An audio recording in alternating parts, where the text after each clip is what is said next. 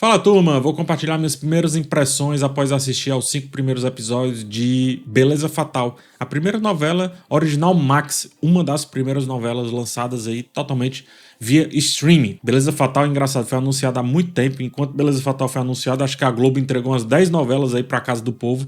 Ela teve altos e baixos, idas e vindas, né? Teve de tudo e isso, obviamente, vai aumentando a nossa expectativa pra com aquilo ali ser algo maior, ser algo magnânimo, seja lá o que for. Mas assim, eu já destaco de cara, Beleza Fatal é uma novela com N maiúsculo. E o que eu quero dizer com isso? É que ela não é um outro tipo de produto se fingindo de novela para tentar atingir esse público. Eu não tô elogiando nem depreciando. Eu tô trazendo uma constatação sobre que público ela se destina e ela vai deixar isso bem claro ao longo aí dos 3 primeiros episódios, isso já fica bem evidente. Bora de sinopse, tá? Beleza Fatal vai seguir 3 núcleos dramáticos que se entrelaçam mesmo que inicialmente distantes. Todos os núcleos são marcados por mulheres que são vítima ou agressoras a partir da ganância. Camila Pitanga interpreta uma funcionária de clínica de estética que está insatisfeita com o marido por ele ser um policial honesto. A Giovanna Antonelli vive uma mulher que aplica golpes para conseguir fazer churrascos fartos, né, mas que vai também carregar o trauma e o desejo de justiça por sua filha ter sido alvo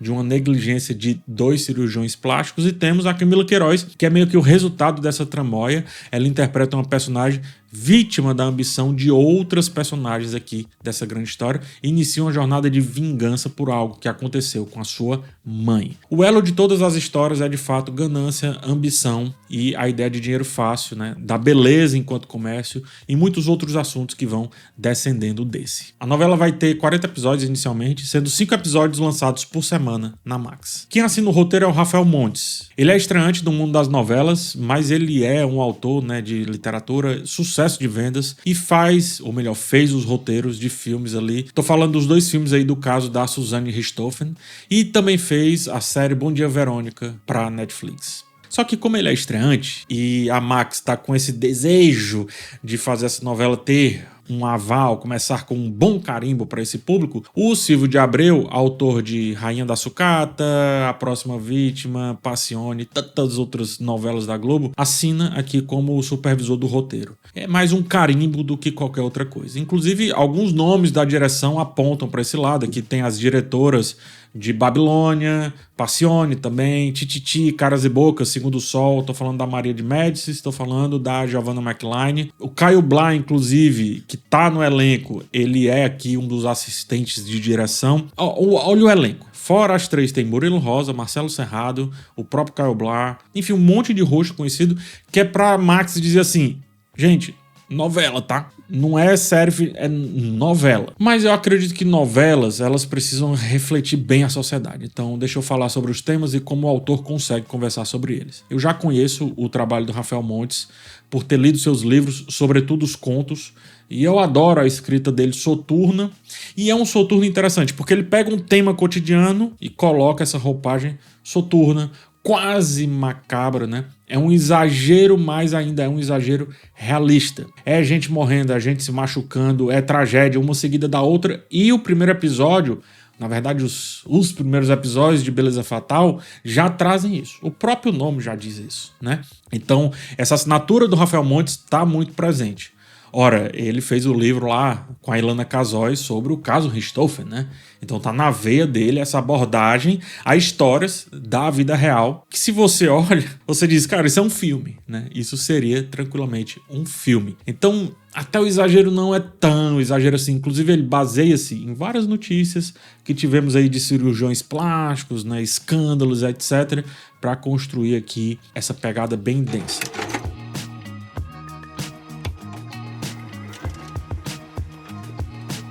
Logo no primeiro episódio tem uma cena que é de um procedimento estético, que ela é mostrada quase como se a gente estivesse ali batendo um animal. É algo incomum na TV aberta, eu acho que dificilmente passaria uma cena dessa na TV aberta, só que é bom entender que isso não é a regra, tá? Esse tipo de cena não vai ser a regra, é muito bem construída, serve pra gente refletir como esses procedimentos estéticos são extremamente extremamente invasivos, cruéis de assistir, né? É uma carniçaria, mas esse tipo de cena ela vai sendo ofuscada por uma pegada mais polida, mais típica das novelas, né? Que vai criando certo desencontro entre o tom macabro do texto e o que uma novela precisa entregar. De novo, ela tá falando para um público específico? Sim. Então tá certo fazer isso. Mas eu tô pontuando para que não nos deixemos levar pelo ápice do primeiro episódio, que é aquela cena, aquela drástica cena de um procedimento estético. Uma coisa que eu gosto é que o autor ele demonstra tá falando bem para a nossa sociedade contemporânea, né?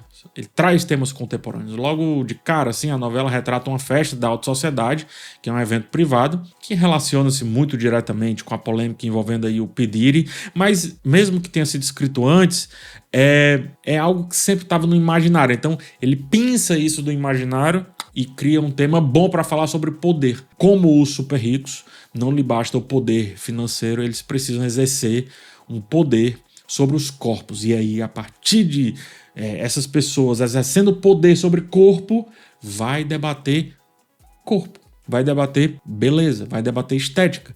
Como, para aquelas pessoas que já têm um corpo muito mais do que o suficiente, não se acham ainda assim suficientes. Não acham que se bastam, né? Que precisam ir além. E aí vão tomar decisões absurdas, autodestrutivas, sob vários aspectos. Via de regra, a novela precisa refletir sobre a sociedade e levar luz a questões que estão em alta, né, mas que ninguém está sentando à mesa para falar sobre. Então, quando a novela consegue trazer esses temas, consegue explorar bem isso, ela já começa bem, tá? Por mais que, repito, muitas vezes a direção não esteja respaldando esse texto do Rafael. Muitas vezes, mas muitas vezes mesmo. Escolher ganância foi muito esperto, porque é um tema muito vasto, né? É um tema que você pode levar para vários lados, e quando você atrela ganância à estética, aí é que ele pode ir para mais lados ainda.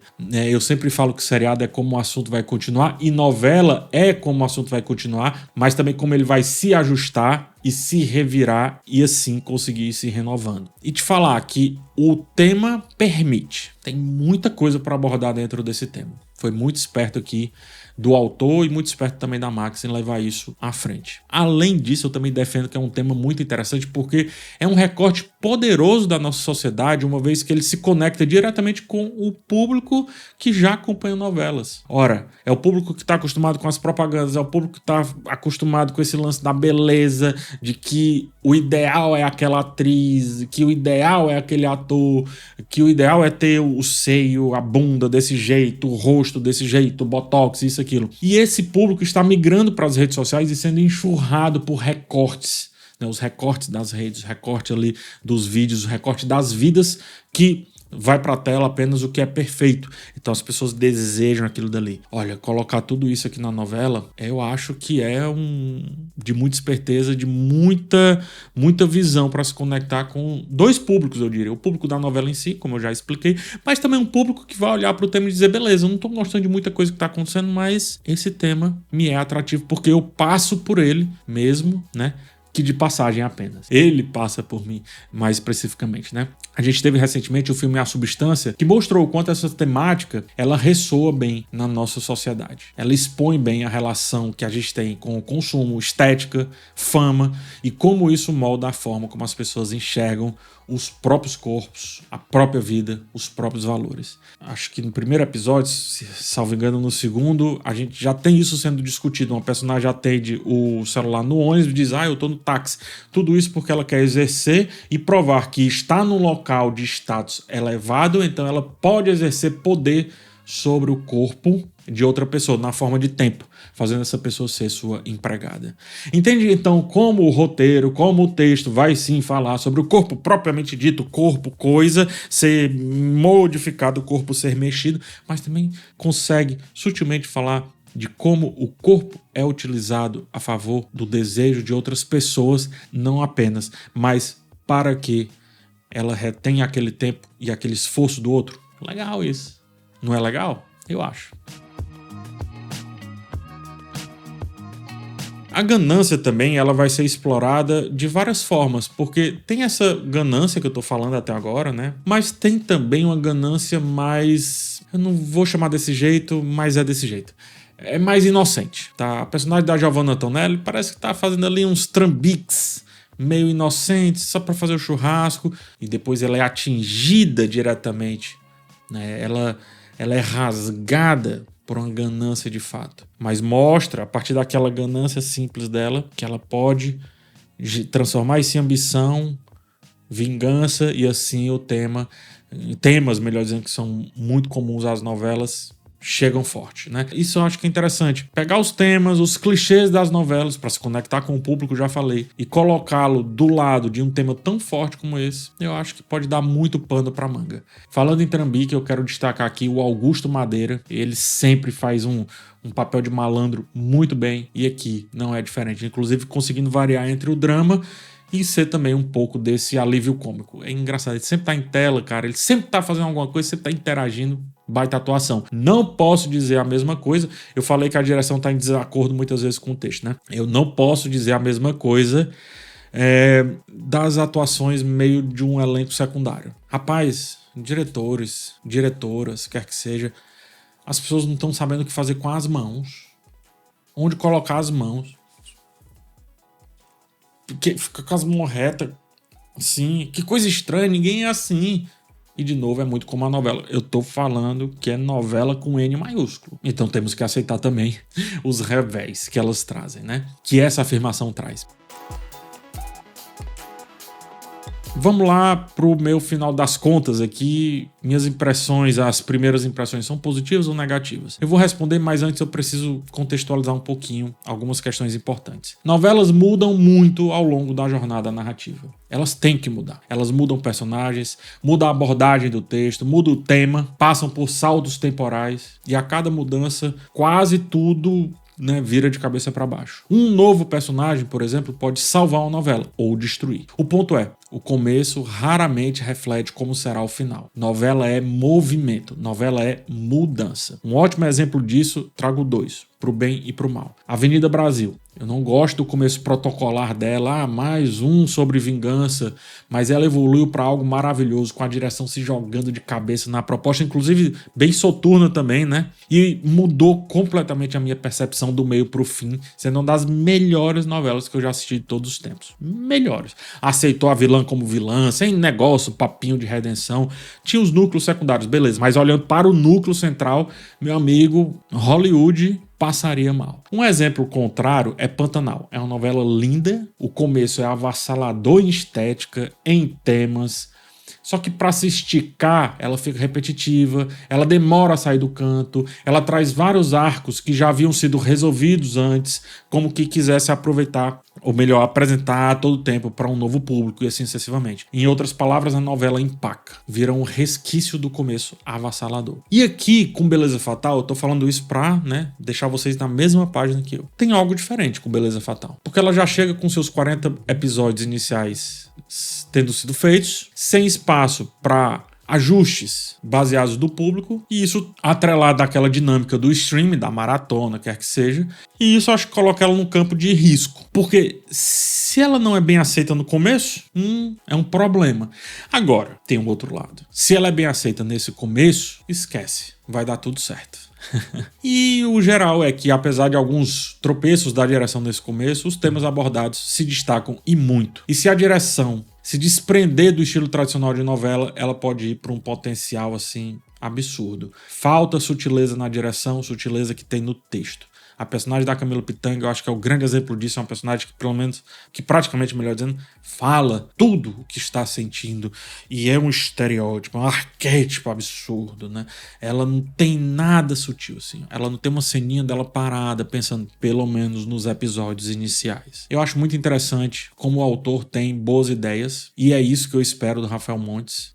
Ele é um contista de mão cheia e contistas precisam ter boas ideias, né? Mas eu também observo na sua curta carreira, como roteirista no caso, que as ideias às vezes sofrem na execução. Separar o caso Richthofen em 2 filmes, mostrando diferentes perspectivas, é uma ideia excelente no papel, mas na prática resultou em tramas enfadonhas e que pouco se acrescentam. Falo de Bom Dia Verônica, primeira temporada, um desbunde, tá? Excelente. Conseguiu explorar o texto profundo, sombrio, tenso, de maneira muito eficaz, né? Principalmente graças à liberdade criativa do streaming. Mas a continuidade da história perdeu força, né? Não trouxe nenhuma cerejinha nova e perdeu força. E se o grande elogio do Beleza Fatal nesses primeiros episódios é o texto e o grande revés é a direção, será que a gente não tá indo de novo para esse lado? Será que não estamos vendo mais uma vez a retórica da carreira como roteirista do Rafael Montes se repetindo? Isto é, as pessoas não estão conseguindo levar para a tela o que ele apresenta muito bem no texto, o que ele apresenta muito bem de ideia, de proposta. De verdade, assim, primeiras impressões, não tenho como adivinhar. Tirar questões da espiral do silêncio, dar forma a elas, apresentá-las de diferentes maneiras para o seu público não é fácil. E isso Beleza Fatal já demonstrou que sabe tirar de letra. Mas eu acho que precisa ir além para ser essa premiere, né, essa grande estreia de uma novela aí nos streams. Para ser um marco, que ela já é, sendo a primeira novela de um stream aqui no Brasil. Para ter impacto com seus 40 episódios já gravados. A abordagem estética eu acho que deveria ser um pouco mais ousada e fugir do óbvio logo de cara. Para surpreender, para chocar, para chegar com os 2 pés. Por outro lado, é verdade que ela quis mais se conectar com o público que acompanha a novela de verdade, sem pretensões de ser série, minissérie, cinema, ou seja lá o que for. Então, de certa forma, ela também está alinhada para esse público. Eu respeito essa escolha, mas eu também vejo que oportunidades são perdidas de ir além, pelo menos por enquanto. O bom de novela é que é novela, e a cada passagem de tempo, tudo pode mudar. Para ficar mais claro, tá? Os grandes problemas das novelas irrecuperáveis estão na escolha do tema, e aqui a escolha foi acertada. Então, se isso basta para você, ótimo. Para mim, eu fico com primeiras impressões mistas, mas eu vou ficar atento para o seguir da história. Agora eu peço para que vocês fiquem atentos aqui ao canal, inscrevam-se, deixem o like, acompanhem os conteúdos que eu sempre estou trazendo. Se gostou do vídeo, comenta aqui embaixo. Quer mais vídeos sobre temas parecidos? Comenta aqui embaixo, deixa o seu comentário. Eu estou sempre acompanhando o que vocês desejam, o que vocês me pedem. Um forte abraço, até a próxima e tchau.